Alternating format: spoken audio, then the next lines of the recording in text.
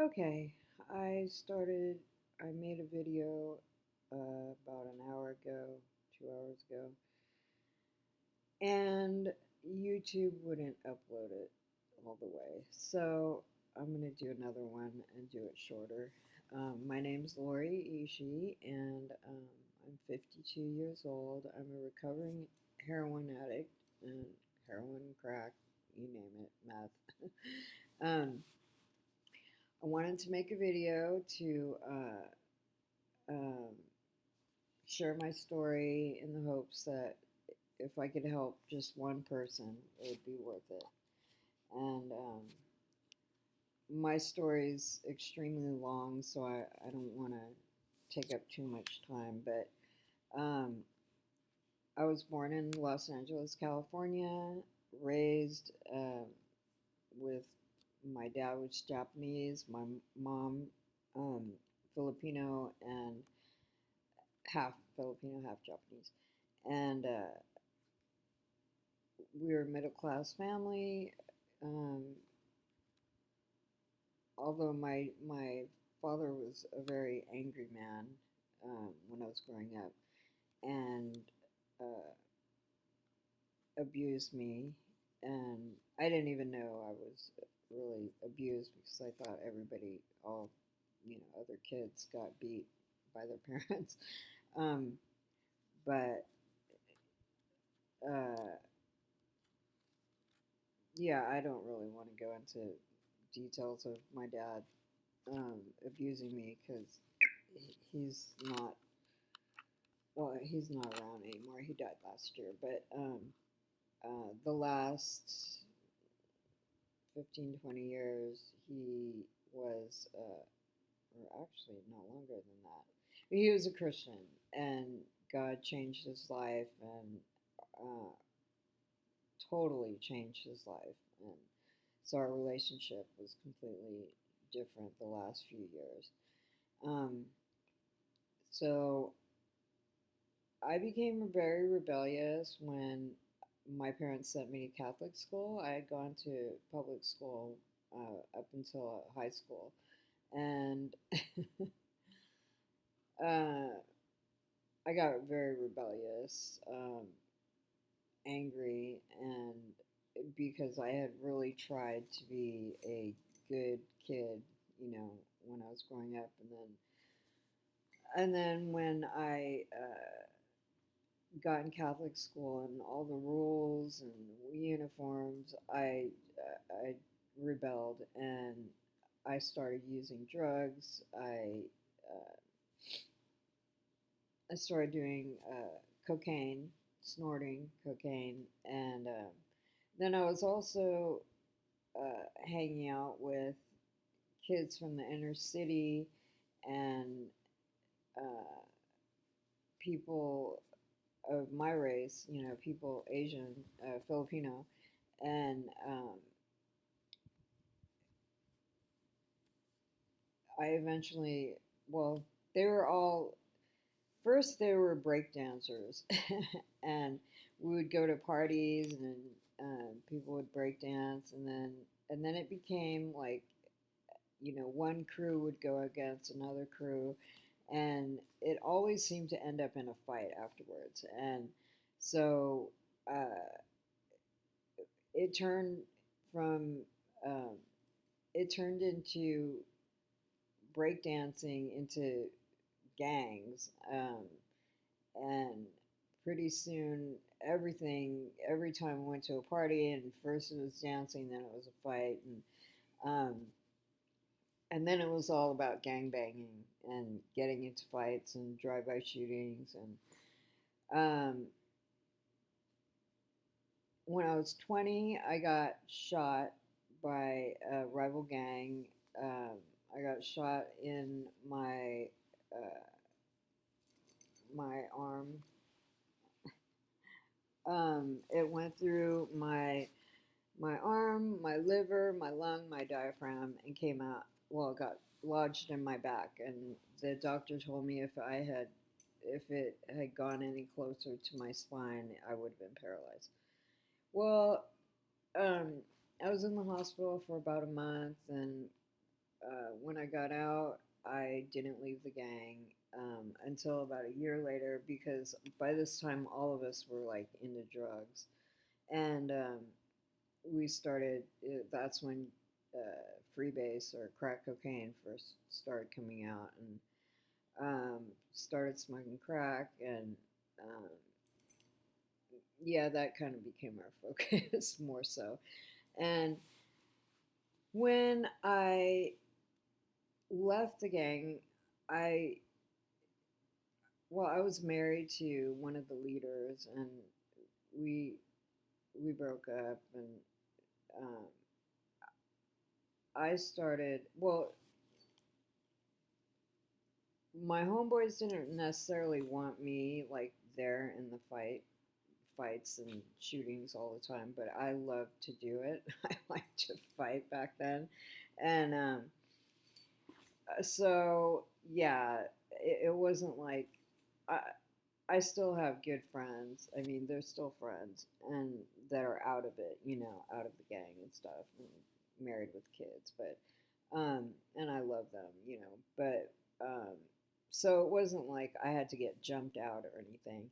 But um, and by this time, all of us were kind of using, and then I got pregnant, and I tried to get an abortion, like really tried, and everything kept going wrong. I couldn't, and um, I ended up like one of my roommates had gotten saved, and I didn't even really know what that was, but he came home one day, and I was like, uh, "Wow, what'd you do? I want some," because he was like lit up, and he was like, "I got Jesus," and I was like, "Okay, I don't want to hear it," and but I watched God change his life, and um, he, yeah, he really changed, and I started to think, well, maybe this God thing's real, but because I had never believed in God, and when I was Catholic, I was mad at God. I thought God was a jerk, if that's the way he was. I had a lot of questions. Um, I'm trying not to make this too long. So, jump forward. Well, when I was pregnant, 5 months, I came to know the Lord um, in my mom's living room, and uh, it was a radical transformation, and like I literally felt like my eyes were opened to. I mean, I knew God loved me, and I am. I didn't really even know what happened to me, but I asked the Lord. I asked Jesus to forgive me for my sins, and and change me and deliver me from drugs, and He did, like, instantly. But I ended up, um, going to church and doing the Christian thing, and I learned a lot about the Bible. I went to Bible study, but I still didn't know who I was. I didn't know my identity in Christ, and so I went to beauty college. Uh, I started working in a salon, and it was a very worldly environment. And after about a year, well, I got pregnant again. But oh, I was married, and my story is way too long to go into detail. But after I had my son, I was given because I got torn. He was like 9 pounds 11 ounces, and I tore from front to back, and so I was in a lot of pain. And the doctor gave me Vicodin, and and then I found out that I had fibromyalgia, and they had thought I had rheumatoid arthritis, which now I do have, but back then they didn't know what was wrong with me. I was in pain all the time, and taking those, I found a doctor who gave me 100 Vicodin and 100 Soma at once with 3 refills of each. And I didn't even know about like pill addiction, like the doctor gave them to me. So, uh, and I didn't know, to take them exactly as prescribed. Um, and so I started to abuse them, and um, it took a good couple years to like, because I could function for a while until I ran out of pills, and then I had to have like, think I had like 4 or 5 doctors and different pharmacies, and I was running all over, like, you know paying cash at some pharmacies, paying insurance with at other pharmacies, and so my insurance wouldn't know how much I was getting, um, and it all came crashing down when I started. Uh, I went to a club with some of my coworkers at the hair salon and ended up uh, first drinking, and then one night going to one of my old hangouts that I went to when I was like right after I got out of the gang, and I was doing drugs a lot in Hollywood. Um, and within 20 minutes, I was doing coke again. And that was a quick downfall. I ended up uh, going out every night, and then I don't know how long that went on, but I came home one night, and my husband at the time told me that I'm leaving you, I'm taking our son with me, and I found a place and we're gone. And so I broke down, lost it, and packed a few things. And when I was leaving, my he was like a year old then, I think a year old, and he grabbed onto me and he was like, "Mommy, please don't leave, please don't leave." And it was really hard, but I just had to go get high, and so I left, and I almost got in a car accident because I was driving against traffic because I was crying so hard. And I went to go live with a dope dealer and was doing ecstasy. I mean, just everything. And then partying with different people. One night I met a guy, and he did heroin, and he became my boyfriend. But um, the first time I did heroin, I smoked it, and I thought I didn't really know much about it. And I mean, the only thing I knew was like in the '80s. I knew about certain people like rock stars doing heroin, and it was kind of scary. So I never really wanted to do it because junkies, with the needle, everything.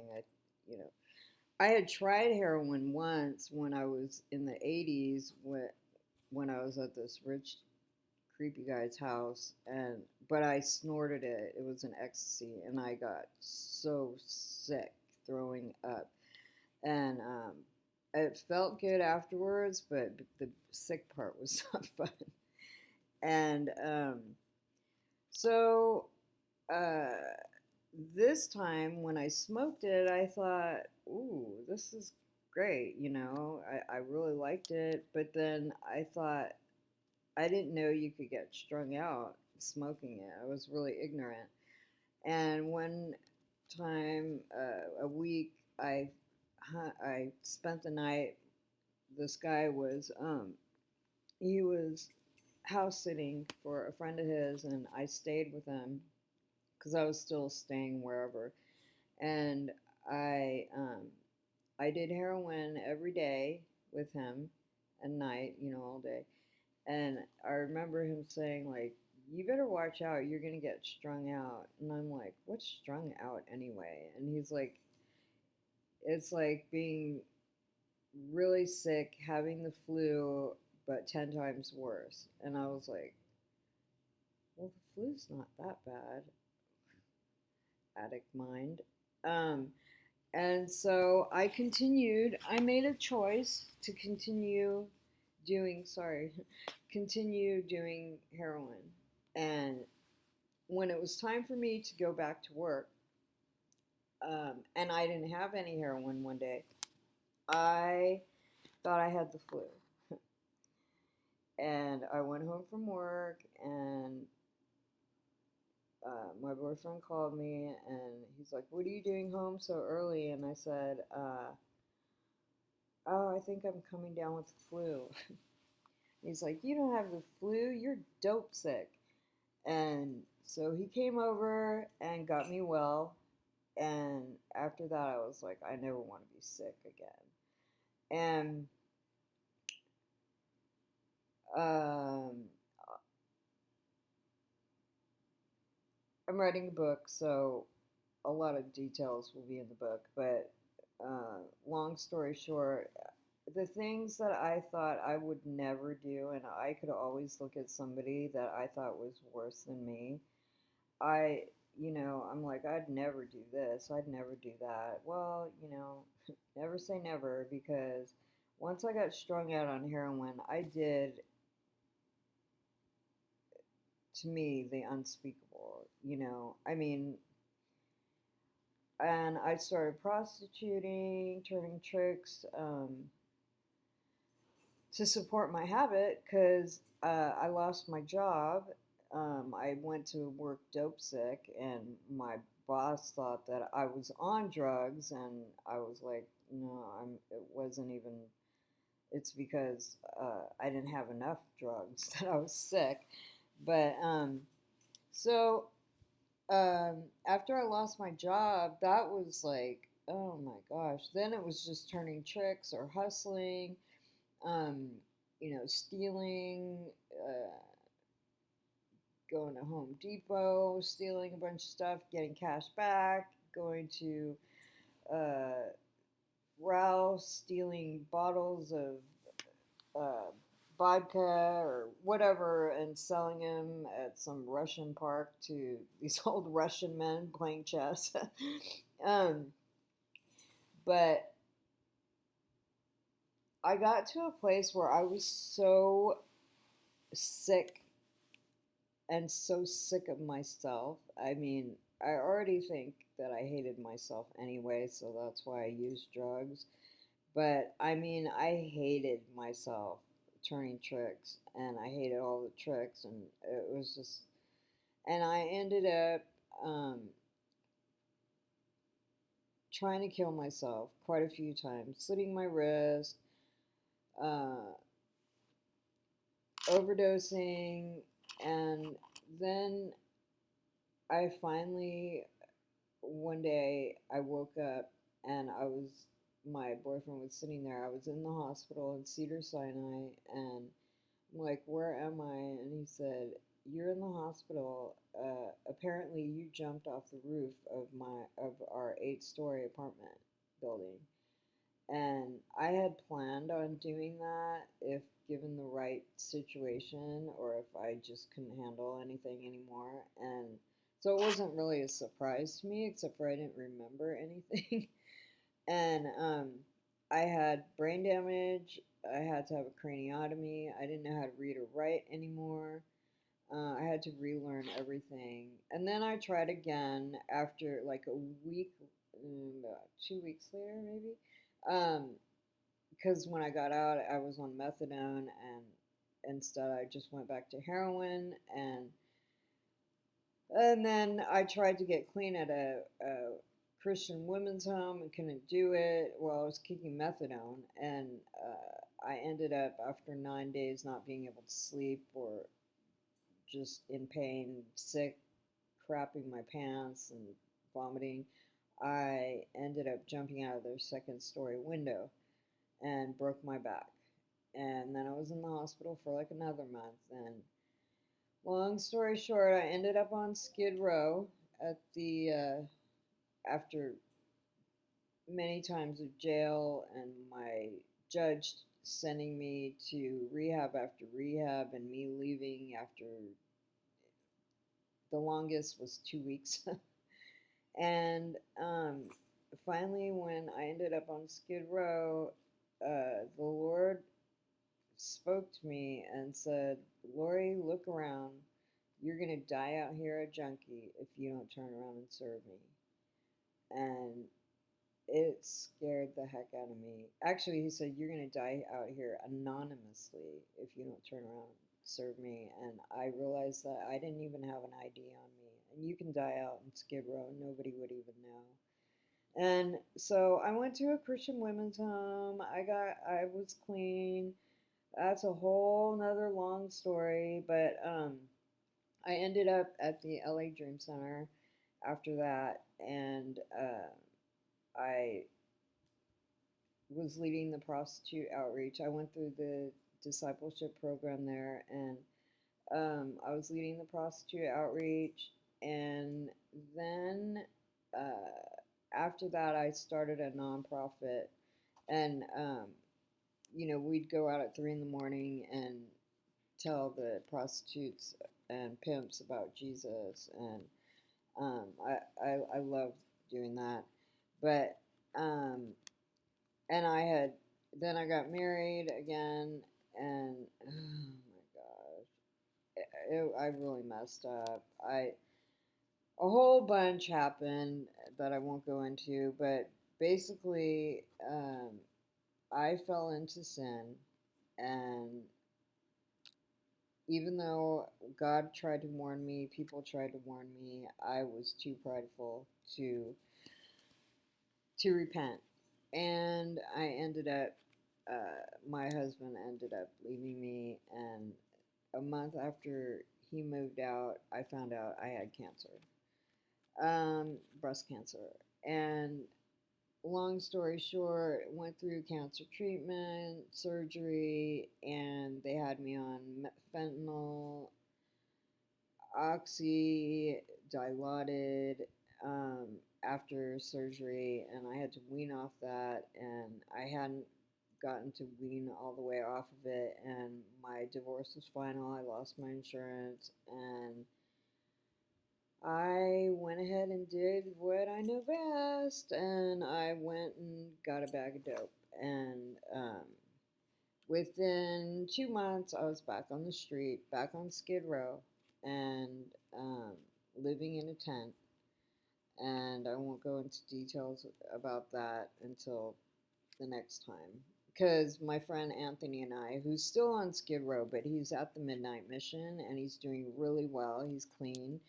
And we wanted to do videos together we really want to help our friends that are still out on the street, still using, and because we've found so many people have died that we knew when we were out on Skid Row. I was there for almost 4 years, and Anthony's been out there off and on for, gosh, I don't even know, like 20 years probably. So, anyways, I just wanted to,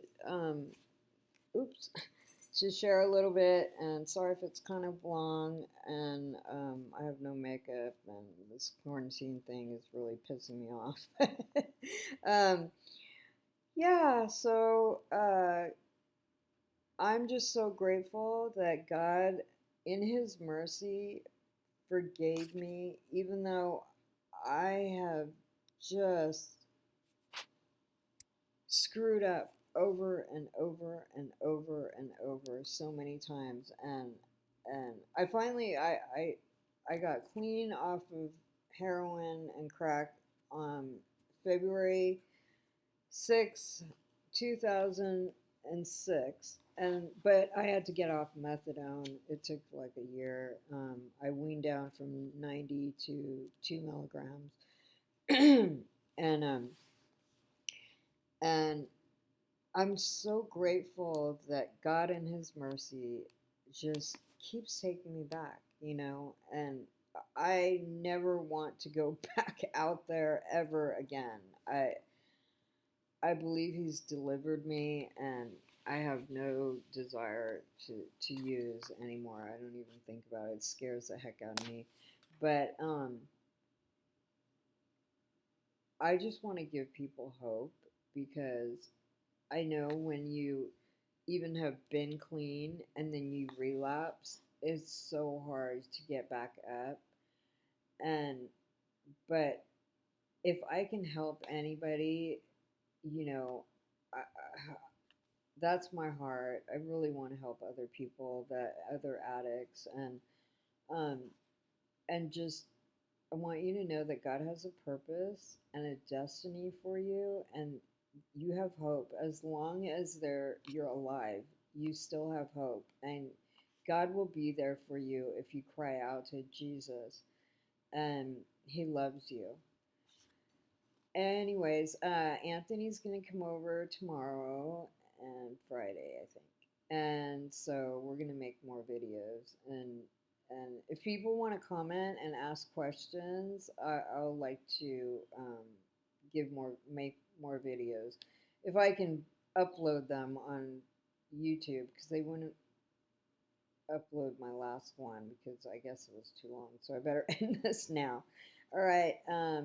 God bless you guys, and I'll tell a bit more about how the whole getting clean process went. But thank you, and God bless you.